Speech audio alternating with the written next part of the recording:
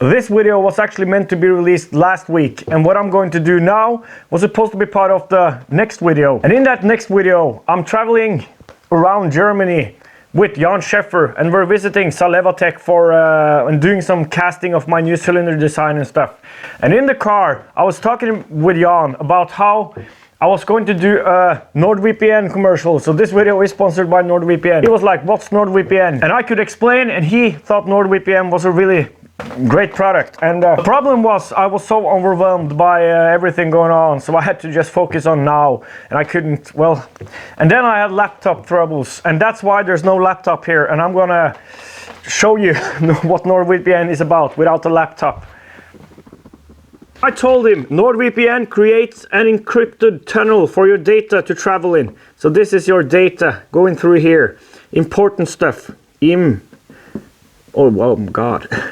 Important stuff here. And that encrypted tunnel keeps these bad guys from getting in and stealing your important stuff, your data, your personal information, credit card numbers, passwords, everything like that. It keeps people from spying on you and keeps people from seeing what you're doing and stealing your data. This is Norway, the United States of America, and here is Europe and Africa and other parts. With Nordvpn, they have servers like here and here, here. South America, Sweden. There's servers all over the world. What's so neat about this is you can live here like I do in Norway, but you can pretend to be from here or here or here or here or here or whatever. Nordvpn is really useful when you're like me, traveling, staying at hotels, using hotel Wi-Fi, using airport Wi-Fi. You can't be sure those connections are secure. With Nordvpn, well, you don't have to care because you're always secure. What I just talked about though, and what Jan was most excited about, is how you can pretend to be from wherever you want. And that was especially useful for him because he wanted to watch the GP races. And I think maybe they were broadcast in Italy, but didn't broadcast in Germany. Well, now he could watch the GP on the road if he wanted to. Or buy cheap plane tickets from low-cost, pretending to be from low-cost countries like I often do. Or play video games, download video games you can't download, watch movies, TV shows. The world's your oyster. Head to nordvpn.com/twostrokestuffing for a great deal. It's risk-free with a 30-day money-back guarantee. Thank you, NordVPN.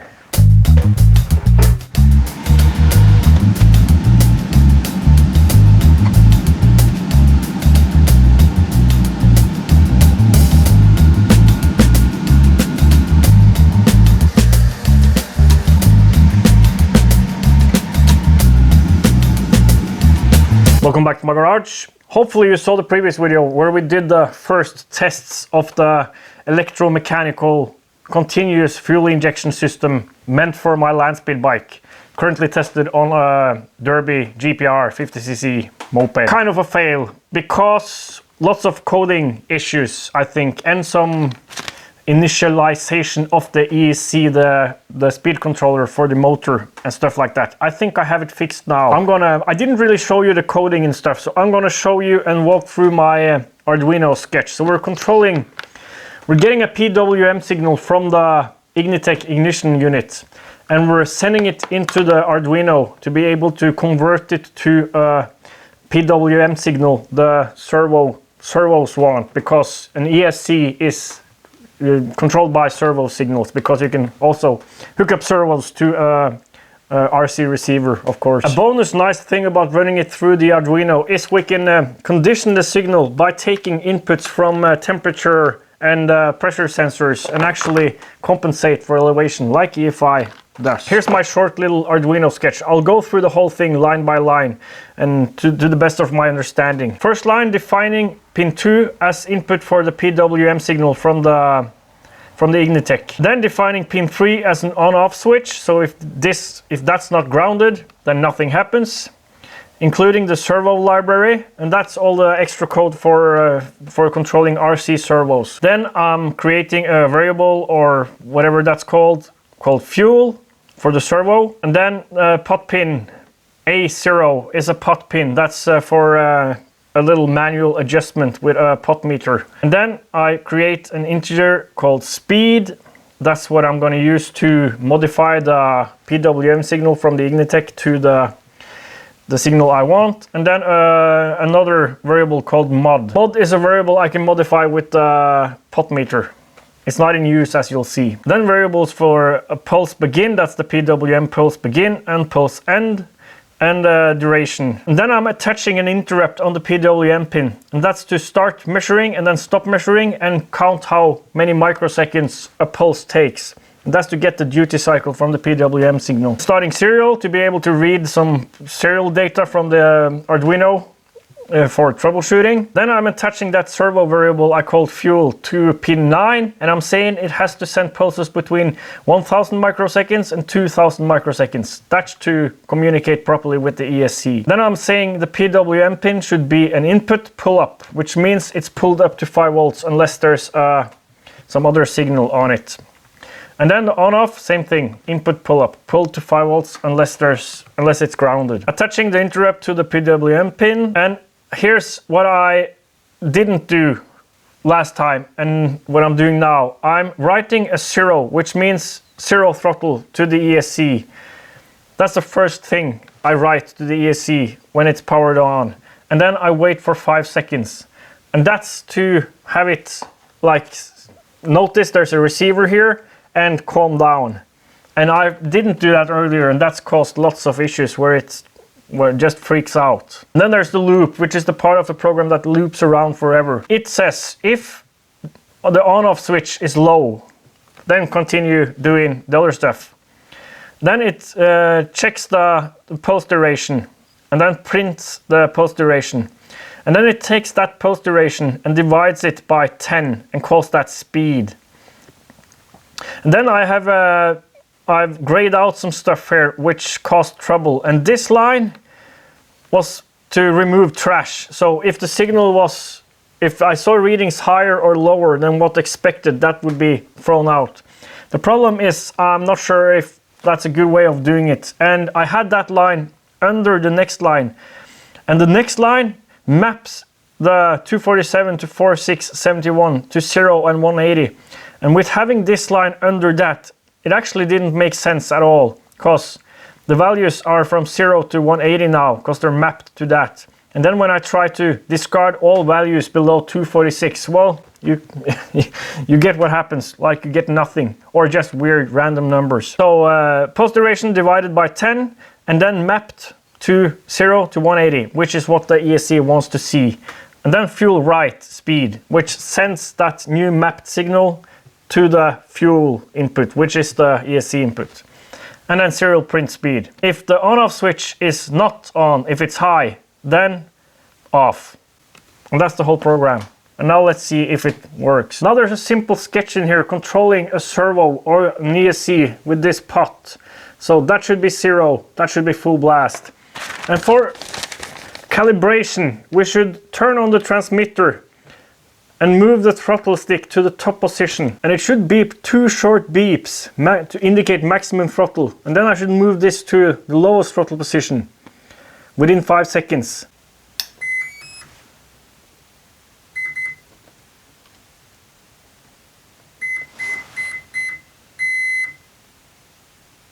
And that should be it. Let's see what happens when I upload the EFI sketch, and hopefully it seems to behave and we can start tuning.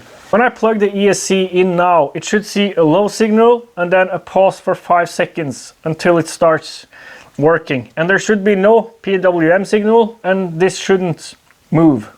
Let's see what happens.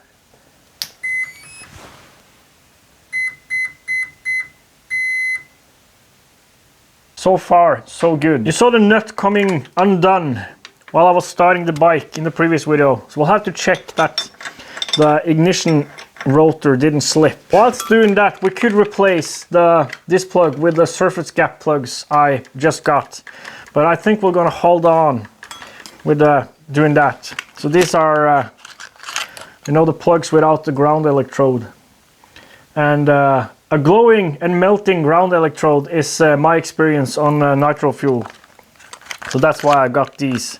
But they're probably hard to They're hard to ignite because the gap is so large. So let's not introduce that variable into the mix now. That plug is super wet. We did flood this pretty badly last time. If we call that center. Yeah, 3.27. It hasn't slipped. Spin it around a little while to clear out the crankcase.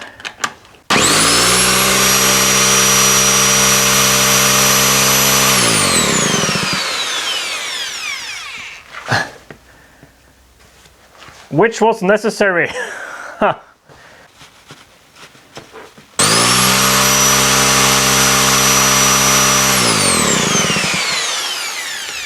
That should be cleared well enough. And now we'll turn on the ignition and we'll try starting it without adding any fuel at all. In that way we can we'll clear it more properly. There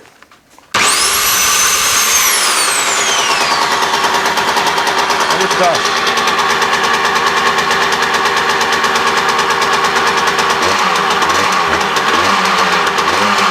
Now it's running on just the stuff that's in the crankcase.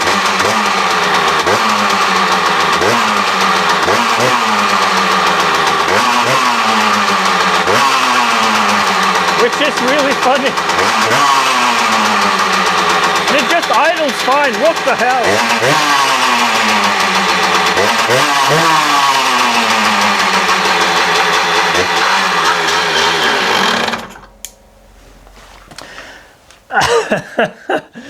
So that's it for getting the fueling correct. So that was just running. It was just running from the stuff in the crankcase, and running pretty nicely actually. That would not happen with gas, I think. But with this, the tuning window on methanol and nitromethane, for that matter, is so wide.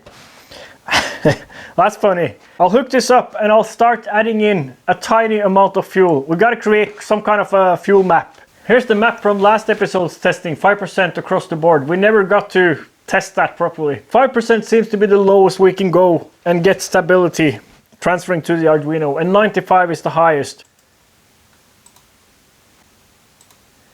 This is probably completely wrong. And we really don't want to run it too high because then we'll burst that hose again. Let's see how it behaves.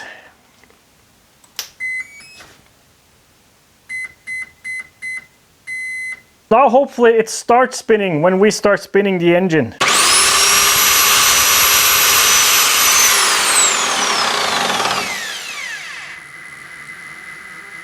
It didn't stop spinning. Oh, that it didn't stop spinning. Might be I need a else code saying 0.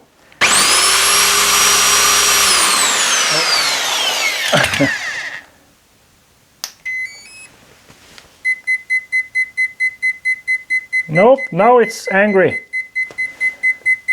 Oh, this is the problem. This can't be powered on.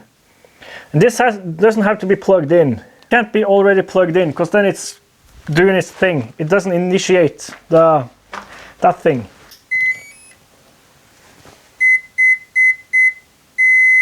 Yes. Still might not shut off though.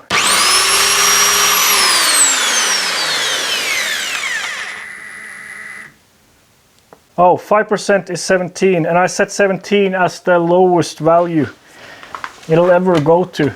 And that's a problem. Less than 17 is erratic. I set the lowest input to this to 17 because that's when it's running properly.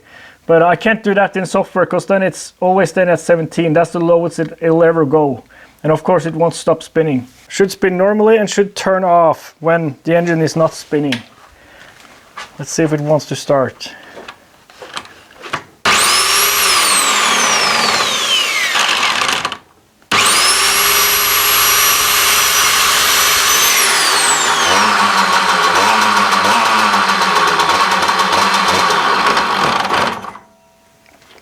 Too slow. We'll need to give it a little more fuel down low. It could also be that it's flooded. But actually let's try spinning it without this hooked up now.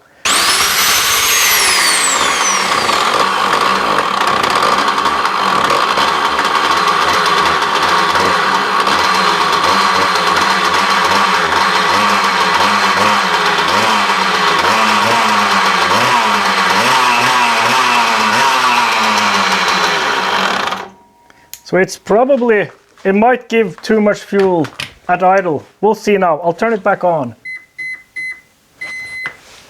It might be we're just flooding it with a fueling connected. Okay. What the fuck? So what happened there? Well, we blew our safety line. What? I'm gonna move the electronics away from here. And we'll have to replace that, our safety tube again. Let's spin up the engine without disconnected, just to clear it out.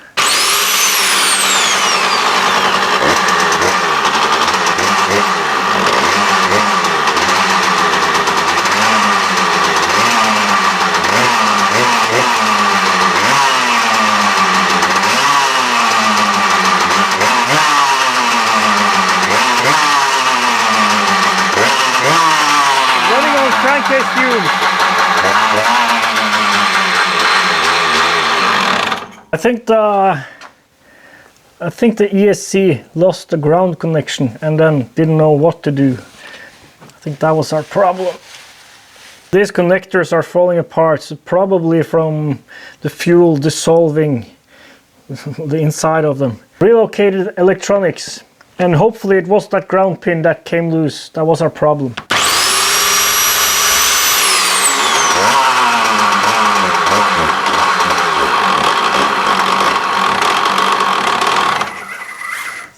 Is it getting too much fuel or too little fuel?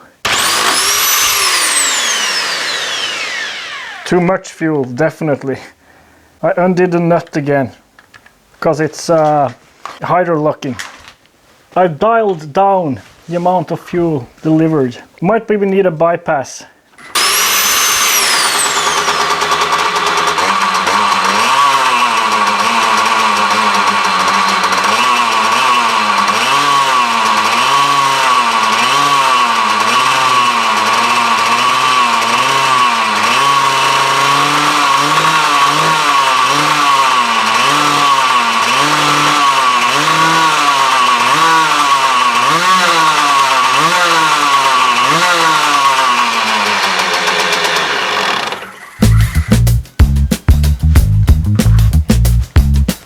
We need to fabricate some kind of a barrel valve. You can see I've brought some RC stuff onto the table here. Old Toyan engine with a broken crankshaft from testing in a moped, and a 3.5 nitro engine carb. I'm just trying to find some parts that could be repurposed as a barrel valve.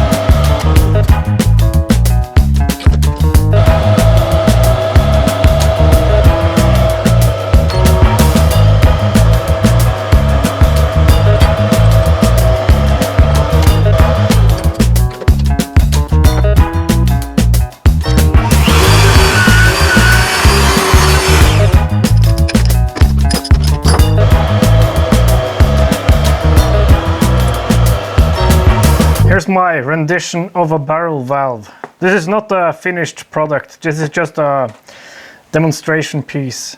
So here's the barrel itself. It has a hole in the middle, or a cavity in the middle, and there's a hole here going through the sidewall into that hole.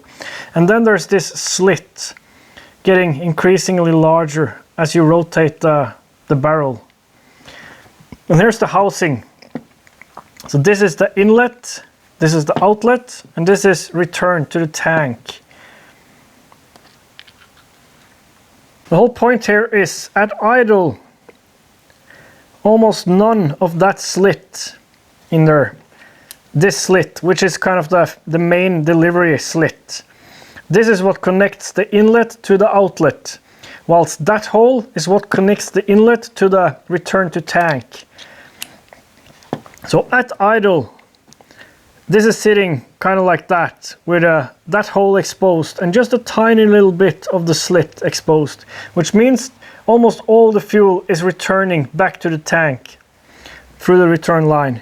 And as the throttle is opened and RPM rises, you can see how more and more of that slit is exposed and more of the fuel will get through to the other side